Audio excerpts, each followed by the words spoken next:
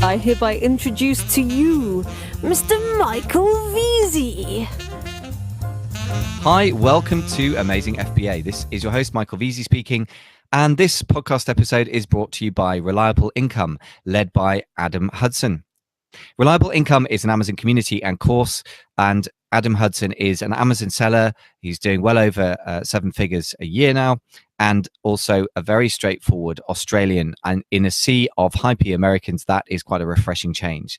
Adam will tell you it straight when it comes to how much money you need to private label, which is measured in the thousands of dollars these days, not the hundreds, and how long it takes to really get a private label product off the ground when you're working alongside the day job, which again is measured in months rather than weeks. Now, alongside that, Adam, however, is a very, very positive guy, and he has a lot to offer in terms of getting a really great positioning on Amazon for your products. So high quality products selling at a really good price and keeping the competition at bay, which it's never been a smarter time to adopt that strategy than in 2018, when Me Too or Cheap are just going to be trashed by the Amazon crowd or have their price disappear into the floor overnight. So I really, really think his approach is sustainable. Hence, I think that Reliable Income is a very good word for his type of training. If you want to find out more about Adam, as I said, amazingfba.com/Adam. If you want to find out more about his training and or take the 4-part video training course, which is free, go to amazingfba.com/reliable, RELIABLE. Just for more transparency, I am an affiliate of that, so that will buy more than a coffee, as is the traditional affiliate sales. But what it will do is help cover some of the costs of running the podcast, which hopefully benefits you. Some of the software that I have to use to keep in touch with the guests, and my beloved and long-suffering editor, Daniel, who is worth his weight in gold, but I have got to pay him because even editors have to eat as well. So I've got to pay for blogging, podcast hosting, the rest of it. So that helps to cover some of my costs there. And I hope you'll check that out. Now on with the show. Hi, ladies and gentlemen. Welcome back to the show. Today, I'm talking with Reed Menssa of Amazon Company, and we are going to talk today, having talked about product research and niche research, how to find what to sell. And we talked around the subject with the social media and email marketing. We're coming back to the core of the thing on Amazon now. So once you've got something to sell, you got to sell it. And of course, Amazon is still the prime place to sell it. That's what the whole focus of this podcast is. And that's for a good reason. Amazon is the selling place on the planet right now, and probably will be for some time. So Reed, kick us off. We're going to talk about optimizing listings. What is your sort of your absolute meat and potatoes for this? What's the basics that we need to be getting right from the outset? Sure. Great images is number one always. It's especially that main image. It's got to be insightful. It has to be clear and concise what the person is getting. And sometimes using an iPhone just isn't going to cut it in that case, and you need to send that out to a professional. I can understand if you are maybe starting out and you're just testing a product, then maybe sending it out to a professional isn't going to be as easy as possible. But you also have to remember, to properly test, you need all of the pieces in play, and that's super important. The number 2 part of it is indexing. Basically, that's all Amazon is, especially when it comes to optimization. Indexing. Amazon indexes singular terms. There's a few cases where they'll do words together, things like heavy duty. They won't be able to separate them, but those are the few and far between. Amazon indexes singular words that once you're indexed for that term, you can put them in any order to find that keyword combination. But if you are indexed for even one of those keys or one of those terms in that keyword combination, Amazon just isn't going to show you. And that's the make or break of optimization. Get your product in front of as many eyes as possible. So you want to be putting as many indexed terms into your listing as you can. And there's certain techniques that you can do to be more effective doing that, and to help Amazon along, knowing which terms you really want to be recognized for. Great. Okay. So let me just, well, obviously we're going to that's a red rag to a bull. So I'm definitely going to ask you what those are in a second. But first, let me just clarify one question, which I think is getting a lot of debate now amongst more advanced sellers that I hang out with, as well as the newbies that, always asking interesting questions. Sometimes they're like, oh, for goodness sake, that one. And sometimes they're very fair questions. So the question is simply, do we need to just lump together a bunch of individual keywords and it doesn't matter whether they're combined, or do we need to be thinking in terms of putting the long tail keywords together? For example, if I'm selling, this vitamin C serum, do I need to put vitamin C serum as just anywhere, or do they need to be put together? Or does it need vitamin C serum lotion, vitamin C lotion, vitamin C serum small bottle? Do I need to be worrying about creating those as individual keywords? Does that matter to the algorithm now or not, in your opinion? This is just my opinion, and I know that this question comes up all the time. My opinion is no. And if you are using the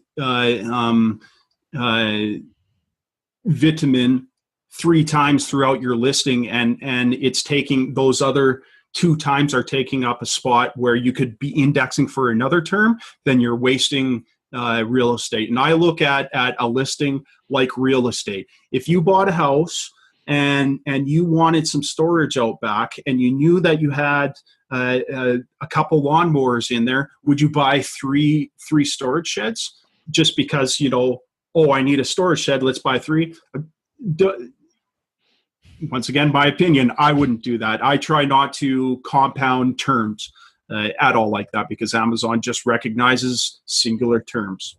But people will definitely go either way on that. I think one important thing is that your first 5 words in your title are super important. So you want to make sure that your main keyword or combination of terms is in there at least. So your first 5 terms, make sure you get that in there.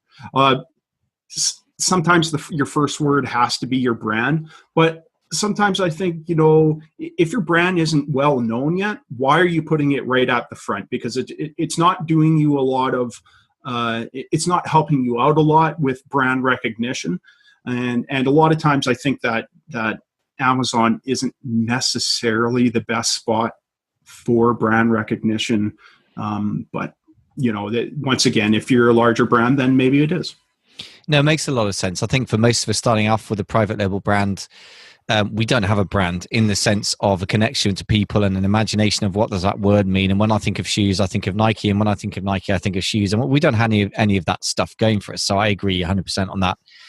So tell us, what do you think then, if keywords are the obviously important thing? You said ranking for the right keywords. And as we've discussed, probably 4 to 5 keywords, as we said in a previous episode, is more or less going to be, the bulk of your sales. 80-20 Right. says that, a very small percentage of your keywords will give you the bulk of your sales. So how do you mentioned some techniques. How do we rank optimally for those? What are your best tips on that? The actual ranking. Well, I think that there's been a large move away from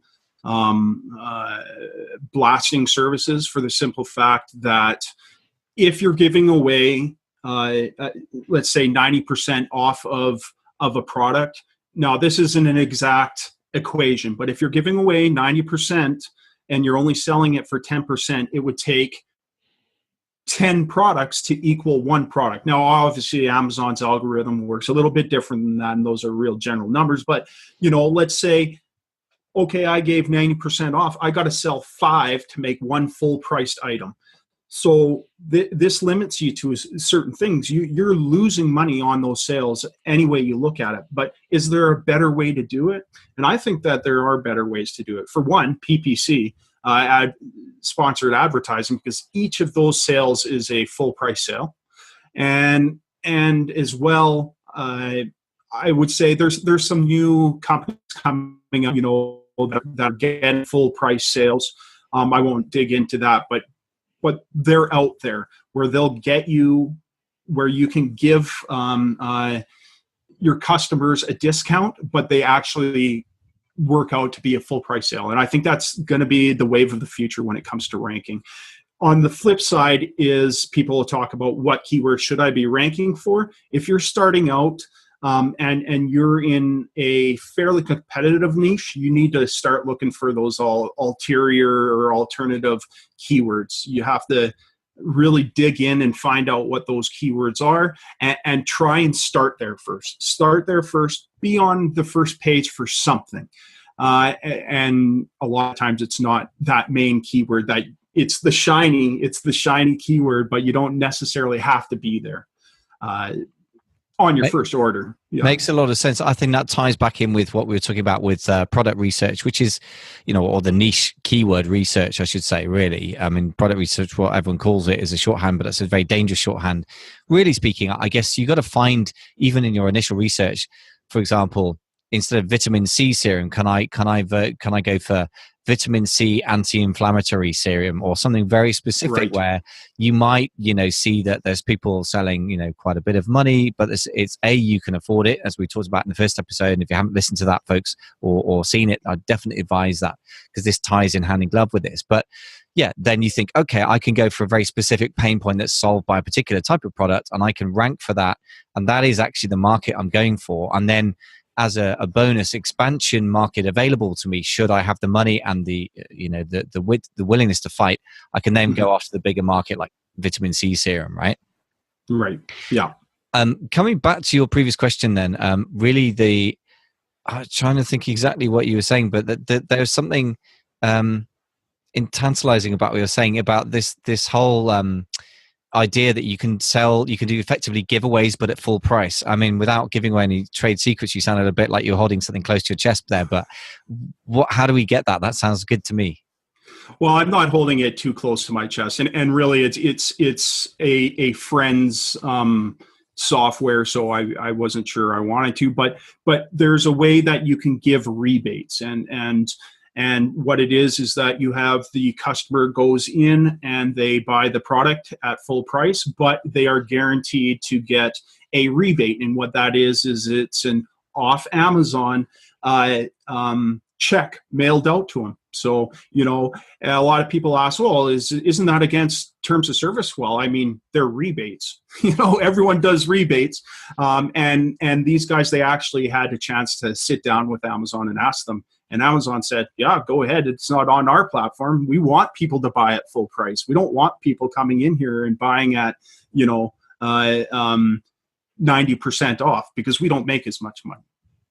Interesting. So Amazon's okay with. I was about to say that sounds like your classic black hat marketing, but actually, if they've actually been honest with Amazon and told them, then that's a whole different ball game. That's very, very interesting. Yes, absolutely, and it's been a game changer for us. Now you don't. And here's the other thing with these sorts of things is that, things like Amazon PPC and say this other software, we don't use those specifically to rank products. It's hard to say. We want them to maintain a product. If you are actually going to physically try and rank a product, then you need to get a lot of outside coming in. So once again, you go back to the outside marketing that we talked previously about, and you just get everything you can. You need to, that initial launch is really going to be what sets you apart from your competition. Even if you have a small, you don't have the marketing budget that these people have. The beauty of sponsored products advertising in Amazon is that you can pinpoint with exact match terms the exact keyword you want. So if you're using broad match, you could be making sales all the time, making sales here, making sales there. But the problem is that you never know exactly, well, because you can get the reports later, but you don't know from sale to sale if you're selling to this keyword or selling to this keyword, and you're ranking here, then you're ranking there. If you use exact match and you really concentrate on that, that's how you really key in on ranking for a product. You just hammer on that exact match term, and you concentrate all your marketing on that, because that's your goal. You have to really focus on your goal and get there. Excellent. So what you're basically saying is that you want to get your 5 or 6 keywords that are the main money keywords, if you like, that have got decent traffic times reasonable conversion, Yeah. I guess, and then just hammer on those with the exact match on PPC, right?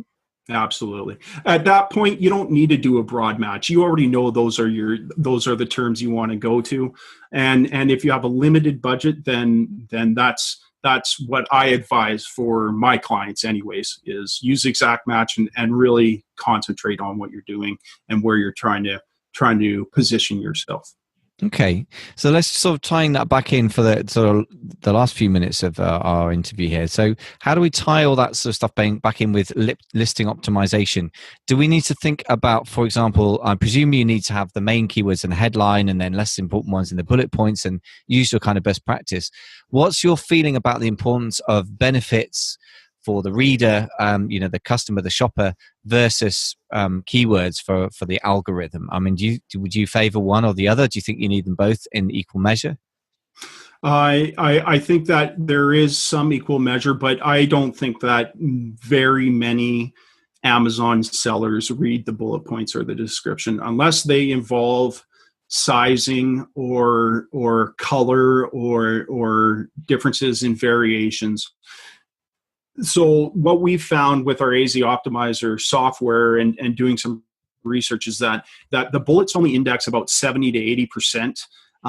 And you'll find like maybe 3 bullets will index 100%, and then 2 just won't index at all. And Amazon picks those randomly. Whereas on the back end, you have 2 different spots in most categories. Some categories you don't have them, but your subject matter fields, you can have 250 characters, and your search term fields, you can have 250 characters. Those are going to index 100%. So now, the search term fields, you cannot put any more than 250 characters. People say, oh, it's digits and in between. Just, keep it under 250, whatever you think it is. And those will index 100%. So you have to be careful what you're putting in your bullets. That's where you may be telling your story, but unless you're checking your indexing, you don't know what keywords that you're putting in there are actually going to index. So typically, when we're optimizing other clients' listings, we will make sure that our bullets are sort of our lower end keywords. We want to put the important ones in the title, in the search term fields, and in the subject matter fields.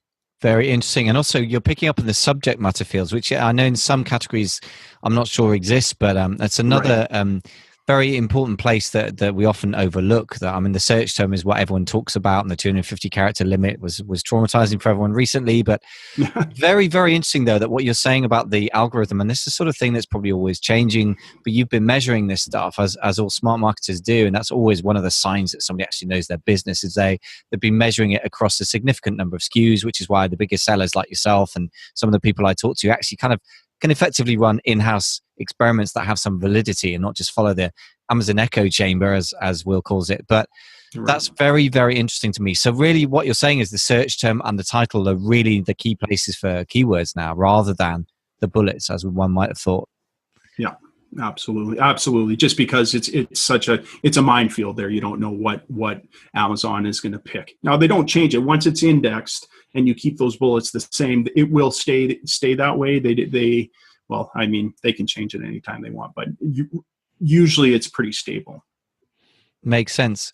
So look, Reed, I mean, these are huge areas which we could all go into in huge depth, and at some point love to have you back on the show so we can probably dig into any one of these areas where you obviously have a lot of expertise across the piece here. But first of all, where do people, if people want to find out more about you from this podcast, I can say that we'll set up a special page for you. So there are 3 episodes this relates to. Rather than giving you episode numbers to remember, it's just amazingfba.com/reed, REED. And we'll put up the 3 episodes there and any other resources that we have to offer you around this subject.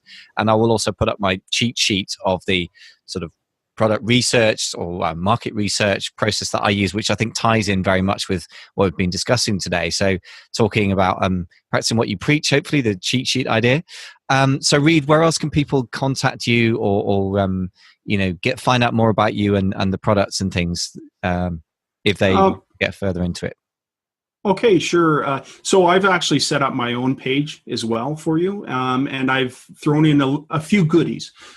So if you go to azanalyzer.com/amazingfba, and that's AZ as in Amazon, you'll find that I've put in something we call the product differentiation spreadsheet. And what it does is it gives you different ways to differentiate your product from other products in a category that are really going to set you apart. And it takes a different twist on how you do that. So that's a free download. And also I have the two softwares in there, the AZ Optimizer and the AZ Analyzer, and we've gotten you some upgraded free trials. So you're going to get more functionality, longer time on those trials. So I encourage your listeners to just go in and take a look. It doesn't hurt. It's all free, and it's full functionality. There's no limitations there.